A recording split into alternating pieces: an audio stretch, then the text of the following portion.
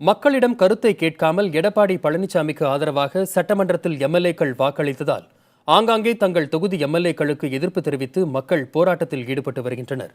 சில இடங்களில் ஓபிஎஸ் ஆதரவாளர்களுக்கும் எடப்பாடி பழனிசாமி ஆதரவாளர்களுக்கும் இடையே மோதல் நடைபெற்று வருகிறது. இதனால் அதிமுக எம்பி எம்எல்ஏக்களின் வீடுகளுக்கும் அலுவலகங்களுக்கும் பாதுகாப்பு போடப்பட்டுள்ளது.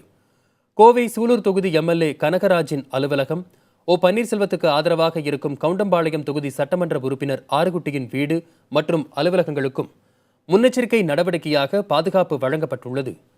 கோவை தெற்கு தொகுதி எம்எல்ஏ அமன் அர்ஜுனன் தனக்கு மொபைல் மூலமாக மிரட்டல் வருவதாகவும் கூறியிருந்தார். எனினும் அவரது வீட்டிற்கும் பாதுகாப்பு வழங்கப்படவில்லை.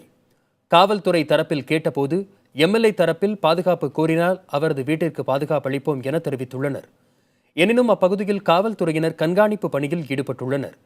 திருச்சி மாவட்டம் மணப்பாறை சட்டமன்ற தொகுதி அதிமுக சட்டமன்ற உறுப்பினரும் எடப்பாடி பழனிசாமி ஆதரவாளருமான ஆர் சந்திரசேகரின் இல்லத்திற்கு பாதுகாப்பு வழங்கப்பட்டுள்ளது. மதுரை மாவட்டத்தைச் சேர்ந்த செல்லூர் கே ராஜு மற்றும் ஆர்பி உதயகுமார் ஆகிய 2 அமைச்சர்களின் சட்டமன்ற அலுவலகம் மற்றும் வீடுகளில் காவல்துறை பாதுகாப்பு அளிக்கப்பட்டுள்ளது.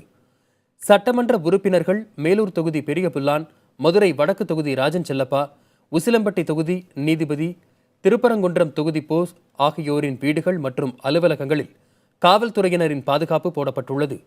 கூவத்தூரில் தனியார் விடுதியில் கடத்திச் சென்று அடைத்து வைக்கப்பட்டதாக புகார் கொடுத்த மதுரை தெற்கு தொகுதி சட்டமன்ற உறுப்பினர் எஸ் சரவணனின் வீட்டிற்கும், ஓ பன்னீர்செல்வம் அணியில் இணைந்த சோழவந்தான் தொகுதி சட்டமன்ற உறுப்பினர் மாணிக்கத்தின் வீடு மற்றும் அலுவலகத்திற்கும் ஏற்கனவே காவல்துறை பாதுகாப்பு அளிக்கப்பட்டுள்ளது.